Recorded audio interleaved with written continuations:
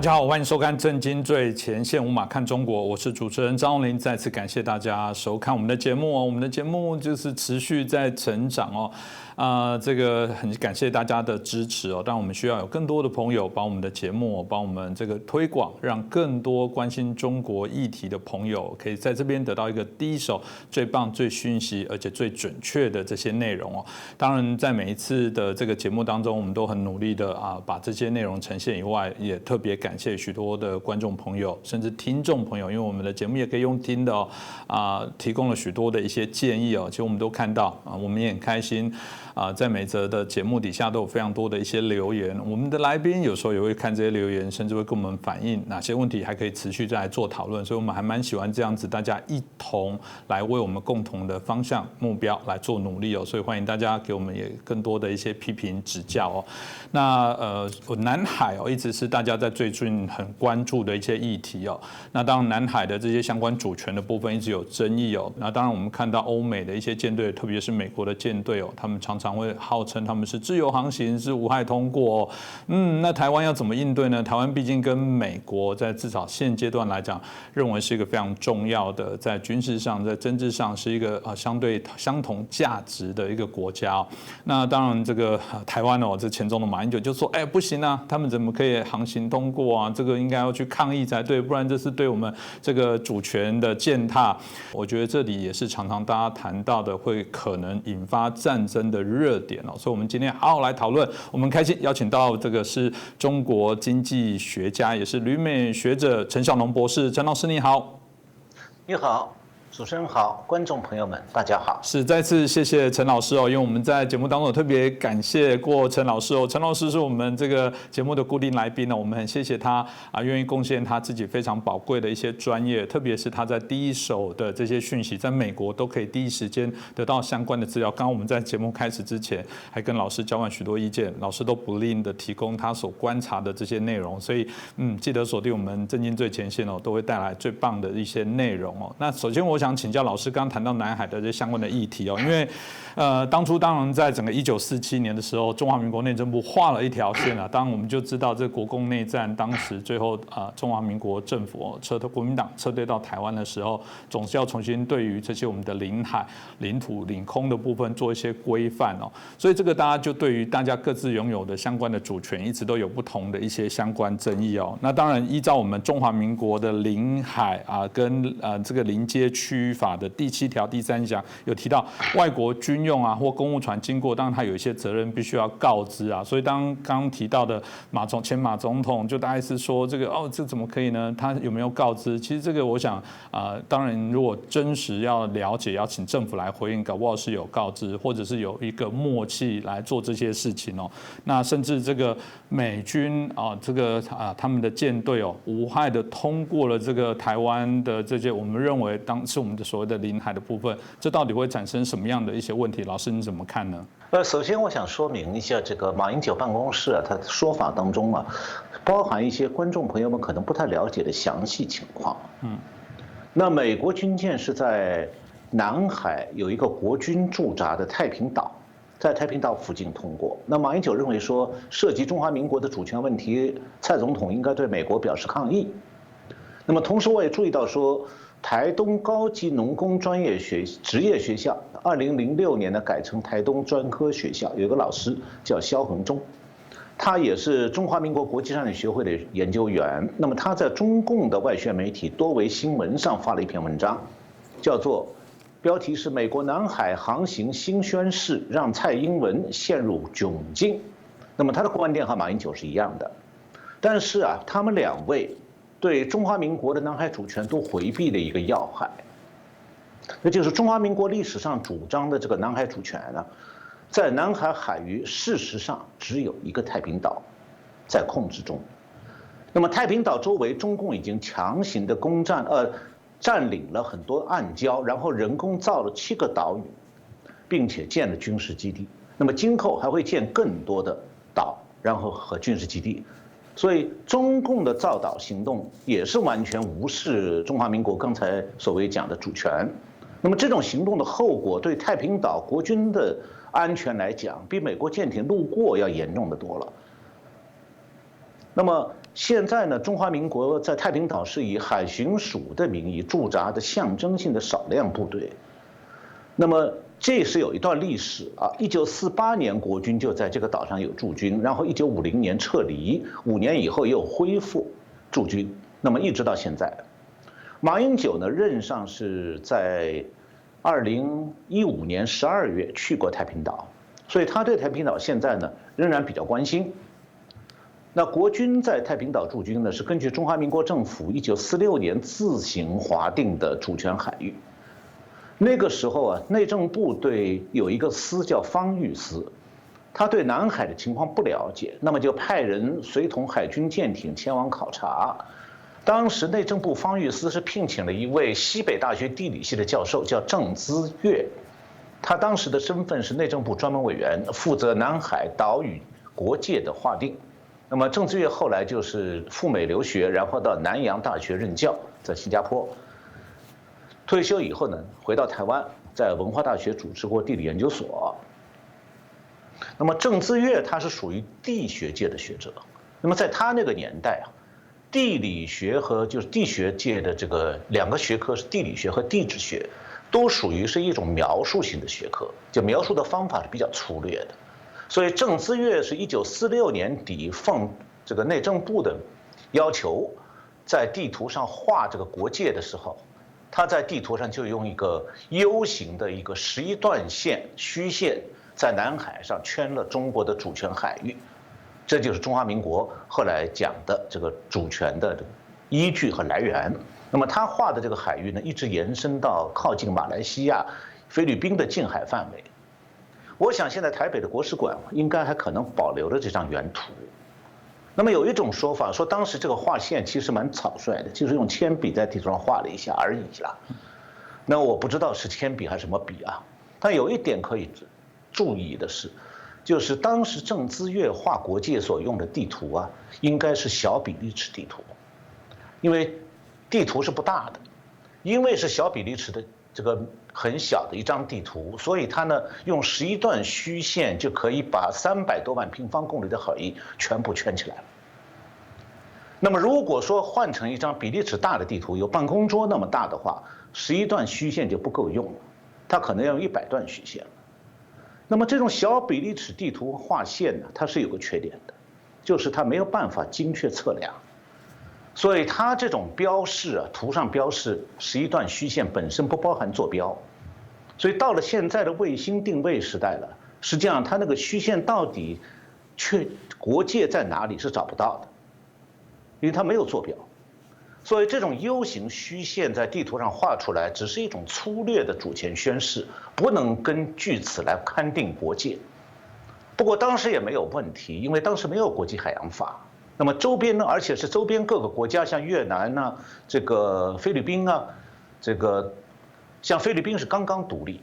越南还没独立，马来西亚也没有独立，所以他们的宗主国像法国、英国根本不关心这个海上边界的问题。所以中华民国用 U 型虚线在南海上圈出来，说是这是我的主权海域，没有人来跟他争，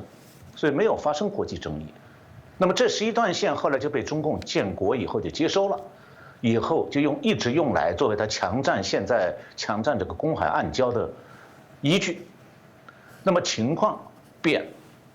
，1982年的时候，联合国海洋法公约通过了，那么中国也是签字国。那么这个海洋法公约是一直到1994年11月16号正式生效。从生效日开始，这个公约有关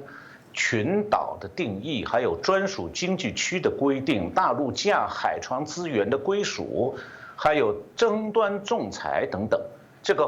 国际法的规定就全部从1994年11月16号开始生效。那么国际社会有了海洋法公约之后呢，各国当然就按照这个国际海洋法来认定领海问题。那国际海洋法和南海主权相关的有2条。一条就是只有领土12海里这个范围算是领海，剩下的不算。那么第二就是涨潮时候会被海水淹没，不适合人类长期居住的礁石，也不属于任何国家的领土。那么这个公约事实上是否定了中华民国1946年对南海300多万平方公里的这个海域的主权诉求。那么中共继承中华民国内政部1946年宣布那个南海主权，也就一样的失效。那换句话讲，就是这个南海除了西沙海域少数有渔民居住的岛屿和领海之外，其他的整个南海海域，1994年以后，按照国际海洋法公约就成了公海了。既不是中共按照那段地图上那个 U 型虚线宣称的中共领海，当然也不是中华民国的主权海域了。那么中华民国呢，在南海范围里头，唯一控制的岛屿就是远离台湾那个在南沙海域的太平岛，还有就是离台湾比较近的东沙岛。但是中华民国现在对南海的其他海域基本上没有控制能力，也不打算去控制。那么加上没有联合国的席位，所以中华民国政府过去在国际上发生南海主权争端的时候都不参与。那么中共就不同了，中共是先签共后居二，甚至这些年来就公然践踏国际海洋法公约了。那么中共起初在他丢掉了，就是他的这个南海主权消失以后，他对南海主权是低调处理的，并没有强烈抗议，也没有为这个事大声争吵，更没有退出国际海洋法公约。那么直到现在，他表面上还是承认国际海洋法公约的。那么1995年在东盟外长会议上，中共外长当时叫钱其琛，他宣布说中共愿意按照国际海洋法公约的精神，与相关国家和平解决争端。就是说，中共也不说呢主权有没有啊，只是说解决争端。但是中共随着它军力的增强，开始筹划控制南海，用作军事用途，因此就把国际海洋法公约完全践踏在脚下。那么中共与南海周边国家，比方越南、菲律宾，过去20多年来频频发生海域的主权争议。那么2016年，刚才主持人提到说，这个海牙国际仲裁法庭，这个有一个案子，就是菲律宾以中国在南海的7个暗礁上大规模建造人工岛，并且宣称南海这个 U 型虚线里的海域历史上属于中国领海。他说这是个有争议的说法，要求海牙国际仲裁法庭进行仲裁，国际司法仲裁。那么2016年7月12号，国际常设仲裁庭就南海中共案作出裁决，否决了中国的领海主张。因为这个裁决呢也牵涉到中华民国的南海主权诉求，所以我在这里稍微介绍一下。不过为了便于大家了解呢，我尽量用通俗的话来解释那个国际法庭那个裁决结果。那么首先，国际法庭认为说，就算中国在某种程度上曾经对南海水域的资源有这个历史性权利，但是国际海洋法公约1994年生效之后，这个国际公约关于专属经济区的规定就否定了中国的南海主权。所以仲裁庭认为，中国对 U 型虚线这个虚线里头圈起来的海区的主权主张没有国际法依据，就是不算数。那么其次就是关于岛礁的主权问题，因为这也涉及到太平岛。那么根据国际海洋法公约呢，岛屿能够产生200海里的专属经济区和大陆架的依据是，必须它是能够维持人类居住的岩礁。凡是不能维持人类居住的岩礁，不属于任何国家。那么台湾一定有观众朋友们一定会问说，那太平岛上驻军都已经几十年了，怎么不是有人居住啊？那国际法庭裁决是这样解释的，他说，所谓适合人类居住，它的界定是说，一个岛礁在自然状态下维持一个稳定的人类社群，不依赖于外来资源的客观承载力。所以这个法庭在仲裁当中特别提到说，南海现在很多岛礁上驻扎的政府人员是依赖于外来的支持的，并非自然状态下靠岛上资源长期生存。那么也就是说，太平岛这个驻军呢，也不属于是当地的渔民靠在岛上面打鱼就能生活几十年的，所以不算是这个符合有主权的这个岛。那么连太平岛这样都不算的话，那么人造岛也就没有主权了。所以国际海洋法完全否定人造岛可以有主权的说法。所以中共现在在南海的南沙海域实际上没有任何岛礁归他的。那么当然我刚才提到，连太平岛也一起被否定掉了。那么这个案件的首次听证会是2015年7月7号，那么当时呢，台湾没有参与，原因是正好台湾进入民国105年总统大选的热身阶段。那么大选后，新旧总统等待交接，所以这个案子审理呢，正好是在这个等台湾总统先后交接的过程当中，在荷兰的海牙审理结束了。那么在海牙的南海仲裁案审理期间，即将卸任的马英九总统呢，2015年12月12号去了太平岛。那么现在太平岛上还有一块他题字的纪念碑，写的是“和平南海，国将永固”。那么这个象征性的动作呢，主要是给国人一个交代。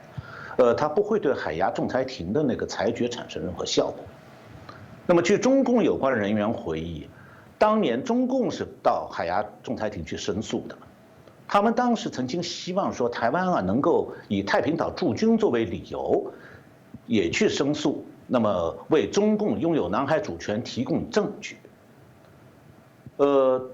我后来发现是不是？就是我这样想啊，就是不是正因为中共有这样的企图，马英九当局当时反而采取了谨慎的做法，所以在南海仲裁案期间，中华民国算是国际司法上讲的必要第三方，但是中华民国没有参与这个案的听证，也没有提交书面申诉。那么最后这个案是经过国际法庭裁决以后，那么中华民国总统府发表声明表示绝不接受，也主张此裁断对中华民国不具法律拘束力。不过呢，按照国际海洋法公约的规定，无论争端方是否参与，法庭的裁决都具有确定性和约束性。那么最大的问题就在于，这个国际法庭他说他的裁断有确定性、有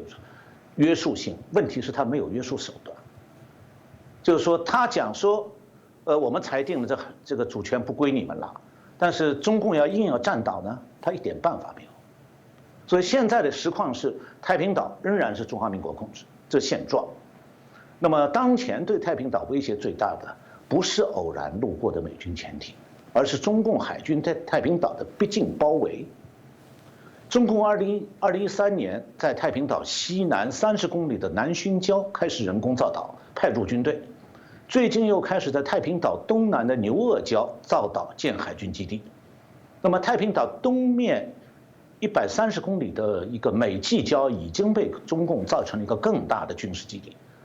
此外呢，太平岛距离中共的军事基地永暑礁只有170公里，离中共的基地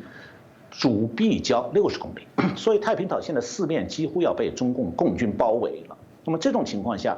以现在的美台关系来看的话，美军舰艇通过一下，对国军是一种象征性的支援。所以，而且呢，3月1号，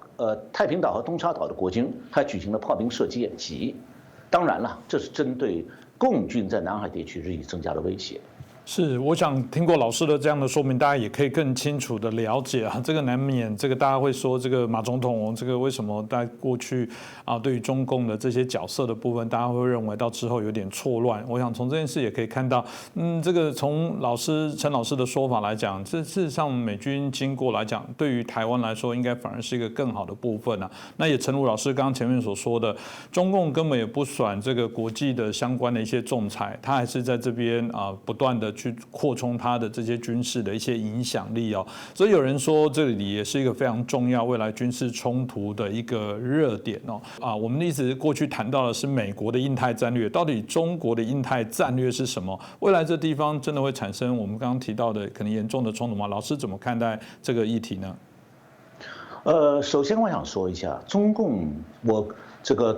媒体介绍。从2013年开始，中国就在南海的暗礁上造岛了，到现在已经造了7个岛。2015年1年就人工造出了2000亩地。中共的说法叫做小岛堡垒化，大岛阵地化。你一听就知道，这个阵地化的东西肯定不是为经济目的，是为军事目的的。那么首先是在赤瓜礁、永暑礁和南薰礁造岛，然后呢，这些中共说这些岛地理的位置还有距离形成了相互支援的战略防卫体系，所以大家听一下知道说这是军用目的啊，那么跟民用跟这个经济目的一点没有关系。而且中共说，它这个战略防卫体系这些人造岛，是产生武力的威吓作用。那么然后1年多以前，永暑岛这个新造的一个大岛，这个飞机跑道完成了，那么可以起降各种战斗机，那么标志着中共现在已经实际上控制了南海空域。那么中共强占南海礁石造岛建军事基地，它真的只是为了控制南海空域吗？其实不是，它是目的是控制水下，要保护水下的核潜艇藏身的地方。那么去年3月4号，中共有个外宣媒体叫多维新闻刊登过一篇文章，把中国强占南海公海领域的这个战略目的说出来。他这篇文章标题叫做《解码中国战略核潜艇南海堡垒海区，中美水下较量无声》。这篇文章说关键在于南海对中国2次核打击能力的特殊意义，它属于中国打造中的堡垒海区。20世纪70年代中期后，苏联提出了堡垒海区战略，就是在一定的海域重兵设防，打造成海上堡垒，将弹道导弹核潜艇的发射阵地设置在堡垒海区，以增强2次核打击能力。然后说，这个中国选择了2条腿走路，既要突破岛链封锁进入西太平洋，也要建立堡垒海区。那么中国军方把南海打造成中国的堡垒海区，这个弹道导弹潜艇发射阵地了。这个南海的面积高达350万平方公里，平均水深1200米，尤其是南海中部的南海海盆水深在3400到3600米，非常适合弹道导弹潜艇这样的大型潜艇活动。所以中国对西沙群岛、中沙群岛的控制，以及南沙群岛的填海造陆，使中国对南海海盆的控制大大加强。那么这上面都是引用中共这篇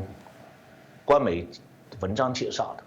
那么我解释一下，就战略核潜艇的2次核打击，战术上在战略上属于叫做防守反击，就是一旦你自己遭到了敌方的远程核武器打击呢，可以用核潜艇的这个核弹头的洲际导弹来反击，形成双方的核恐怖平衡，让对方担心2次核打击的后果，而不愿意动用初次核打击。但是刚才我念的这段中共的文章里头提到说，它是中共说要2条腿走路，要突破岛链进入西太平洋，也要建堡垒海区。这个话意思是什么呢？就中共不会完全被动的把核潜艇留在南海的深海堡垒，它还要主动出击，哪怕敌方并没有实施核打击，中共的战略核潜艇也要进入西太平洋，主动寻找战机。这种战略意味着什么？意味着中共的战略核潜艇舰队不只是被动的充当2次核打击的威慑力量，它还准备充当首次核打击的攻击性力量。当然了，美国中共战略核潜艇的目标不是台湾，而是美国。当然，中共这样做很必然引起美国的警惕，所以美国就现在不断派军舰和航母编队到南海演习，就是为了阻止中共不断强化它那个南海深海堡垒的建设。那么中共也没有让步，还在继续造岛。最近那个新的建岛工程是在太平岛东南的那个牛轭礁，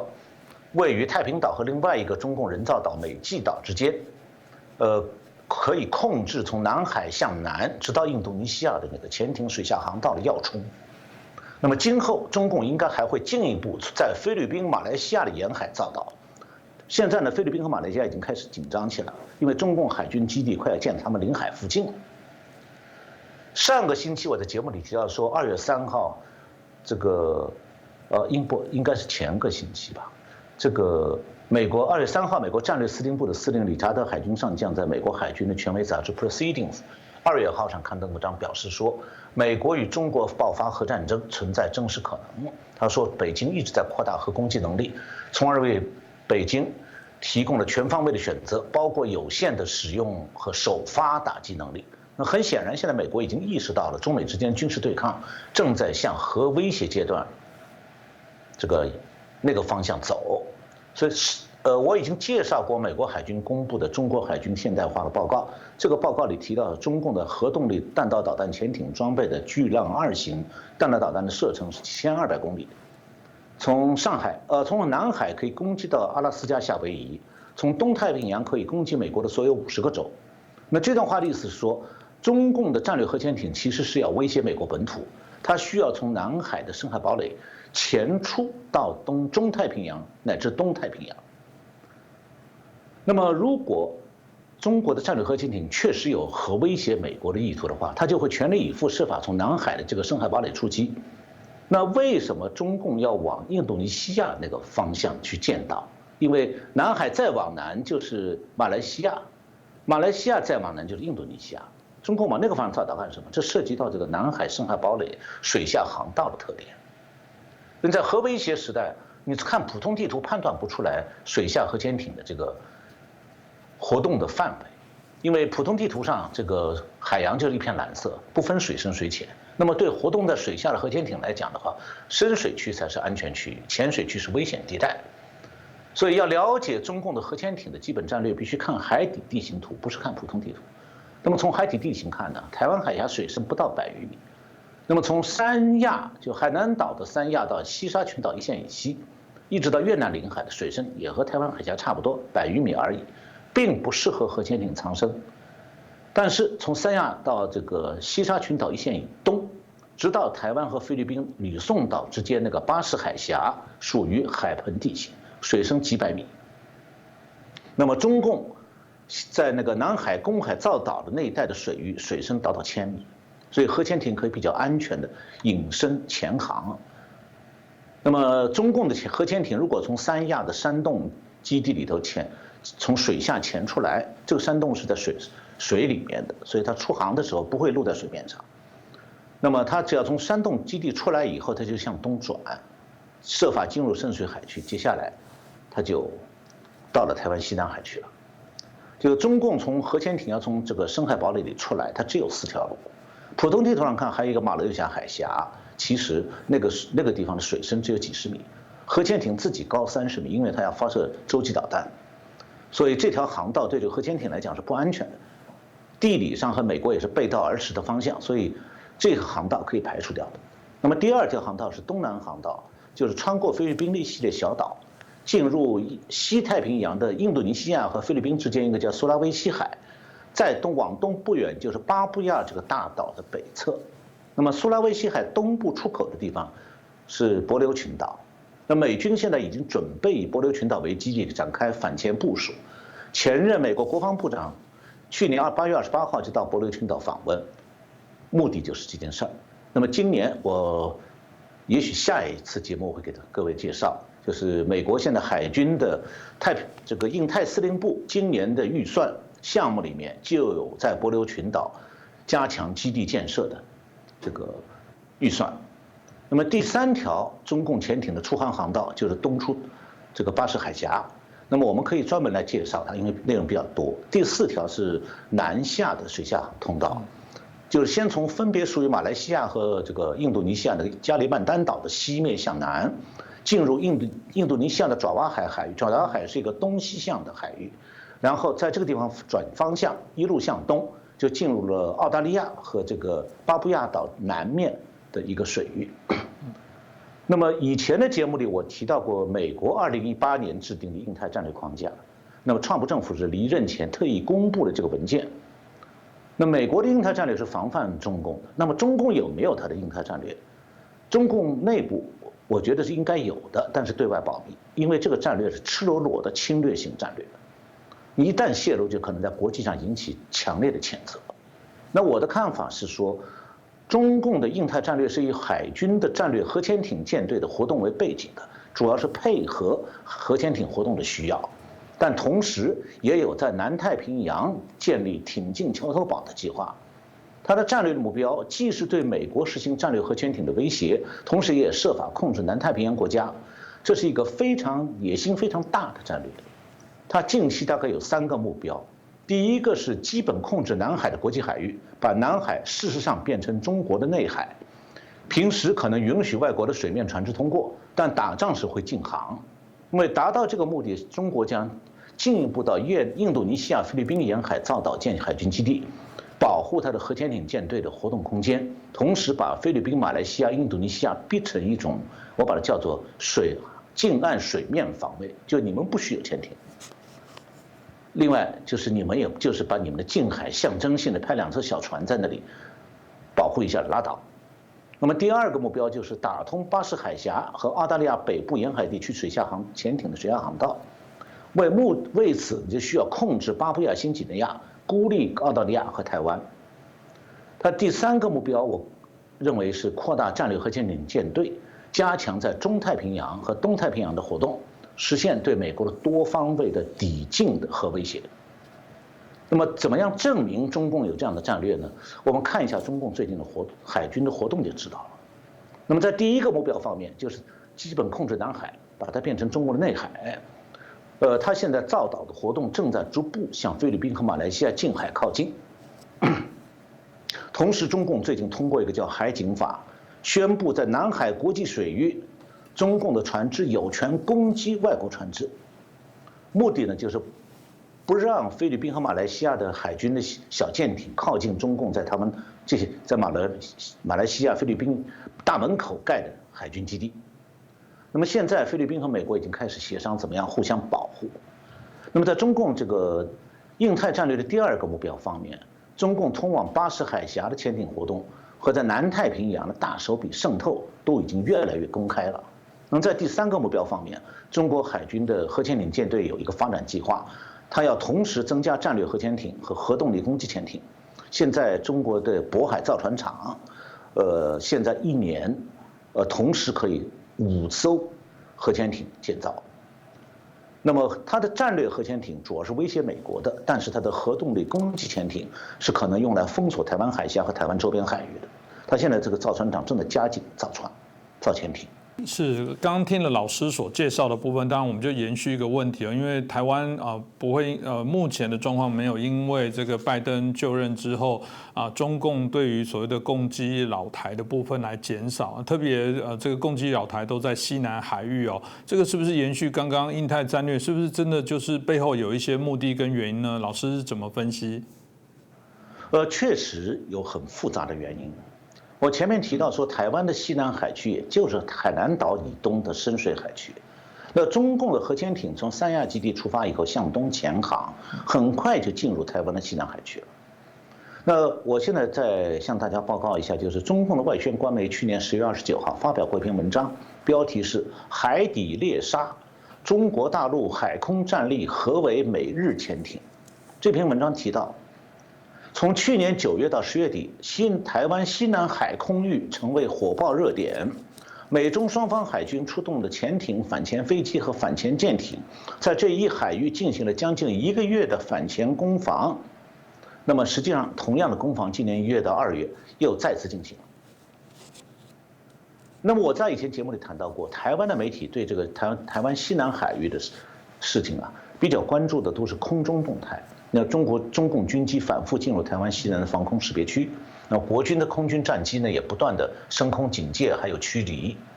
那其实中共军的军机当中出动最频繁的不是轰炸机，而是反潜飞机。这说明什么？说明它的军机出动着眼点不在水上，在水下的。同时也意味着说，共军的反潜飞机连续频繁出动到同一个海区，说明那个里面水下有美军潜艇在和中共潜艇对峙。那么之所以双方在这个台湾西南海域的水下反复较量，那当然是有双方搜集对方的声呐和通讯数据这种意图。那么同时也是美军试图封堵中共核潜艇向东威胁美国的那种演练。那从从中共的报道来看的话，美军潜艇也可能在那个海区，中共把它叫做沉底，就是说核潜艇不动了，我就停在海底不走，然后我看你们对方的潜艇怎么样来反应。那美军潜艇在台湾西南海域的水下持续活动，是为了形成一套防范中共战略核潜艇的战术。因为如果中共的核潜艇越过巴士海峡，进入日本和帛琉群岛之间的水深数千米的菲律宾海，对美国的国家安全的威胁变得非常大。那如果中共的战略核潜艇能够自由地进出巴士海峡，它去给东进了，东进到中途岛去。去年1月他已经去过一次了，还可以再往前到珍珠港，甚至到靠近美国大陆。那么要在中太平洋和东太平洋的深水海域，美国要想发现中共核潜艇踪迹，比在台湾西南海区难得多了。因为一旦第一岛链的防卫失效，中太平洋的岛屿很少，美军就不能再依靠岛屿基地来进行反潜侦察，除非把航空母舰编队分布在广阔的中太平洋和东太平洋上。那么那样一来的话，战略上美国将完全陷入被动挨打的境地，很难有效地防范中共的核潜艇攻击了。那我看中华民国国防部公布的资讯，从今年1月直到3月1号，共军反潜机的侦察活动主要都集中在一个地方，一个很狭窄的地方，就台湾西南海域的那个其中福建和广东交界的外海处。那么很显然，那个下面水下有美军潜艇的活动。那么为什么美军潜艇从今年1月到3月初一直留在那个地方不走了？美军没有公布资讯，但是我们可以想象一下，如果共军核潜艇不在那一带停留，美军核潜艇也不会没有目的地留在那里。那么台湾西南海域是连接巴士海峡的，今后很可能就是共军核潜艇的频繁活动区域。那么美军核潜艇和共军核潜艇的水下对峙，可能经常在那一带会发生。我以前在节目里提到过，说台湾现在成了美军的国防前线，指的就是这种状态。因为现在共军的战略核潜艇以突破第一岛链为目标，那么台湾是第一岛链上的最重要的一环。那么中共核潜艇的水下航道之一，就是把台湾南部的巴士海峡从中共的这个战略核潜艇顽强地在台湾西南海域对峙不退，说明中共的印太战略当中，打通巴士海峡是他志在必得的目标。那么对美国来讲也是退无可退。如果共军取得了这个巴士海峡的控制权，那美国对中共的战略核潜艇的防范就落空了。所以对台湾来说，美军加强在东亚地区的海军兵力，现在已经把海军大部兵力计划调到东亚地区来。那既是美国国防安全必须的措施，也很自然的就成了对台湾安全的某种保障。所以我觉得现在台湾不必再讨论说美军来不来这样虚构的话题了，因为这个话题过时了。那中共实施它的印太战略，它结果是什么？结果就是美军看到了中共威胁美国的现实，因此美军现在已经来了，不是来不来的问题，是已经来了，而且美军会在第一岛链地带长期保持战略的防卫态势。那么这地区美军的海军军力还会不断增强。我想下一次节目我会进一步介绍现在美国在军事上，支持台湾的一些想法。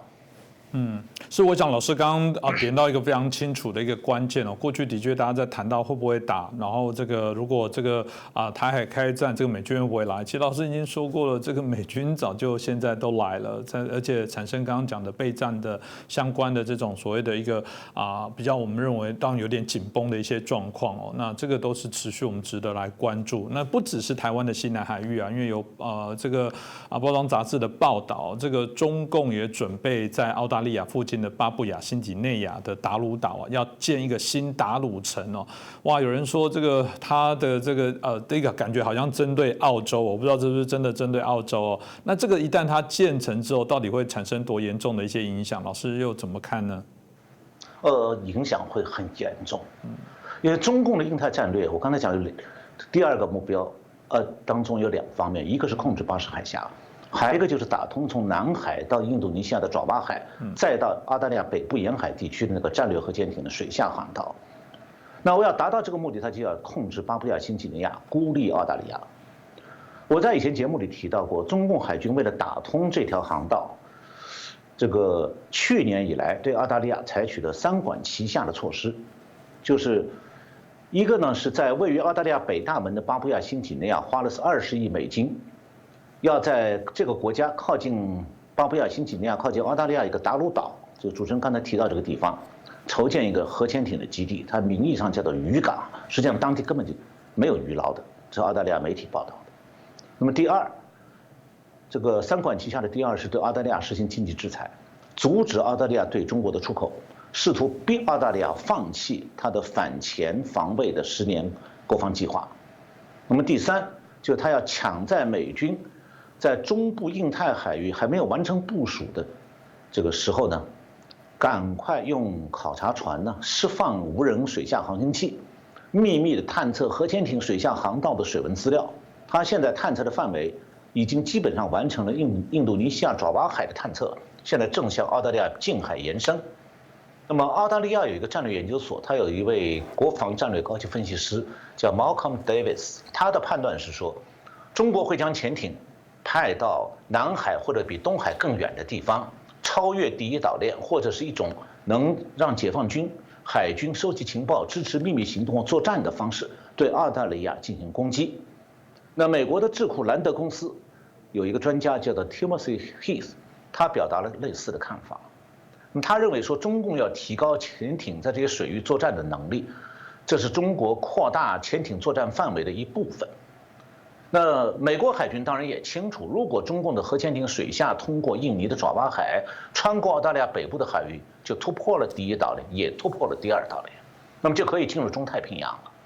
那么那个时候，它就可以用远程核导弹随时威胁美国本土。那从美国国防安全来讲，美国海军是只能继续防堵，也就是说，这个美国在川普任期的最后一年，海军做了个决定，专门为了防卫澳大利亚和印度尼西亚这一带，专门组建第一舰队。我们都知道，第7舰队在日本是防卫东亚地区，包括台湾的。那美军现在还要建第一舰队，防卫印度尼西亚和菲律宾，还有这个澳大利亚。那么现在呢，澳大利亚的总理莫里斯对中共不让步，那么他在国内的声望还不断的上升。那么刚才提到中共要在南太平洋建桥头堡这样的活动呢，最近又有了新的消息，而且这个听起来这花钱惊人。今年2月17号，我是在澳大利亚广播公司的一个叫 SBS 的这个网站上刊登了一篇文章，标题就是美中关系走向该如何判断。我专门分析了最新的中共在大陆岛的企图。就中共有一项在大陆岛筹建海军城的庞大计划，让这个小小的大陆岛再度成为新闻焦点了。那么今年1月下旬，首先是澳大利亚的媒体报道说，这个澳大利亚记者看到了一家中资公司叫 WYW， 他这家公司给巴布亚新几内亚总理有一封信，这封信提了一个要花260亿美元租借大陆岛，长期租借，要建造新城市。那这个计划野心勃勃，他建议的投资额超过巴布亚新几内亚这个穷国的全年的这个国内生产总值，就是 GDP。那中共是建议说要把这个岛建成包括港口、工业区、商业区、休闲区和居住区的新城市，并且呢，这个信里还说，他已经和当地的省政府谈过，并获得默许了。那这个建成计划用的是所谓叫做 BOT 合同方式，就是这个长期租借。那意味着说，中国这家公司将在相当长时间内成为这个岛的主人。那这个计划有2大疑点，第一个就是它是为当地经济发展服务吗？还是为中共建海军的军事飞地？那巴布亚新几内亚属于不发达国家，经济完全依赖外援，全国是数百个土著的人部落组成的，一共900万人分布在46万平方公里的多个岛上，其中40%不识字。那国土大部分是被热带雨林覆盖的山区，这个热带雨林里面毒虫、毒蛇横行，根本不适合人类居住。另外就是它这个巴布亚新几内亚首都莫尔斯港，它和它国内的其他所有地方根本没有公路相通的。所以中共的大使馆对这个岛的介绍是说，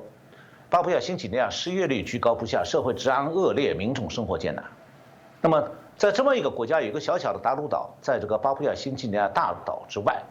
长宽是5公里、3.7公里，很小，面积15平方公里。岛上只有数百栋简易房子，1万居民，饱受卫生和社会问题困扰。岛上还流行一种叫做耐药型的结核病。那么这个岛上土到什么程度，原始到什么程度？就它的原住民呢，如果要离开岛去它这个巴布亚新几内亚的这个大岛，它没有交通工具，只能自己划一个独木舟。就这么一种落后的地方，当地人是靠原始的采集来为生的。当然，这种经济水准是不需要建一个很大的城市了。但是，如果中共真的花这样的钱去建设的话，肯定是没有任何投资回报，变成捐款了。那中共为什么要花这个260亿美金在那里修一个新城市，这个新城市对当地的经济毫无作用。那么只有一种可能性，那就中共这家公司是奉中共当局的命令，为建设一个未来的海军基地，还有维修工厂，还有大批海军官兵休闲，要造一个海军城。然后他来找这个公司出面呢，是找巴布亚新几内亚政府拿钱铺路。那么接下来疑点就来了，这个准备投资260亿美元，这个中国叫做，我找到它的中文名称了，叫做五缘湾股份有限公司。这家公司有多大呢？在厦门。这家公司是2014年注册，然后注册资金名义上是1亿人民币，业务食品批发。但它门面有多大？这家公司只有一个小间，就一小间办公室那么大的门面，这个公司唯一的场所了。那么我查了这个公司的信用报告，它的融资历史空白，投资活动空白，业务活动空白，你根本没办法查到任何真实的资料。它公司有个网站，上面从2018年以后没有更新过，也没有一个字介绍它的商业活动的。就这么一个民间的资信极差的一个小商业公司，居然狮子大开口说要花260亿美金到达鲁岛这个荒凉的小地方建个新城，所以动机和行为非常可疑，它很可能就是中国政府的一个替身。那么这个计划现在还没有，就达鲁岛新城的计划还没落实，但是中共的全球军事野心已经暴露出来了。因为达鲁岛是位于中共战略核潜艇从南海水下航道出航进入南太平洋的冲要位置，然后离澳大利亚的北部海岸很近的。如果中共这个计划得以实施，那可以帮助中共的印太战略实现4个目标。一个是在这个地方建立一个控制整个南太平洋广大海域的桥头堡；第二，可以为中共海军建成一个供潜艇、水面舰队使用的维修、补给、官兵休整的一个大型海军基地城；第三，建立就可以孤立澳大利亚和新西兰，将来也不排除中共会去夺取澳大利亚丰富的高质量铁矿资源，为它扩军备战提供这个资源保障。那么第四，从这里向东可以越过第2岛链，对珍珠港从南方进行侧背威胁，还可以从西南方逼近美洲大陆，构成对美国的核威胁。那么这套路啊，如果是研究太平洋战争史的人呢，可能会发现说，这路子就是当年大日本帝国海陆军对美国的战略啊。当年日军就是想先占领巴布亚新几内亚的莫尔斯比港，就现在它的首都，然后切断澳大利亚和美国的海陆联系，再进占澳大利亚。那么今天巴布亚新几内亚的这个所辖的各个岛，就是当年太平洋战争时期美国和澳大利亚联军和日军双方激烈争夺的地方。现在看来，中共又想去打仗。刚刚老师所说的部分，我想可以让大家知道整个南海的这个印太战略，尤其中共的这个南海印太战略的部分显然这个野心的部分是不会再停止对世界各国来讲，我想也造成非常大的一些威胁这个很明显的就是一个自己在这个扩权，然后再增加更多的军事的威胁，跟各个国家产生更多的一些冲突跟敌对这个也是我想慢慢为什么形成过去有这在最近有调查发现说，这个目前包含美国人民对于中共的一个厌恶的部分，已经来到历史的一个新高这显然慢慢的许多欧美国家的人正在觉醒那这也是值得我们未来仔细在针对这相关的一些议题在做追踪。那今天谢谢我们陈晓农老师带来这么样的一个精细的一个解析可以让大家从我们台湾的这种所谓的我们南海主权的部分延伸到中共印太跟美国的印太战略的部分产生的这种各种的一个竞争，包含水下的这种无声的战争那再次感谢我们陈晓农老师，也谢谢大家的收看。谢谢主持人，谢谢各位观众朋友们，我们下次再见。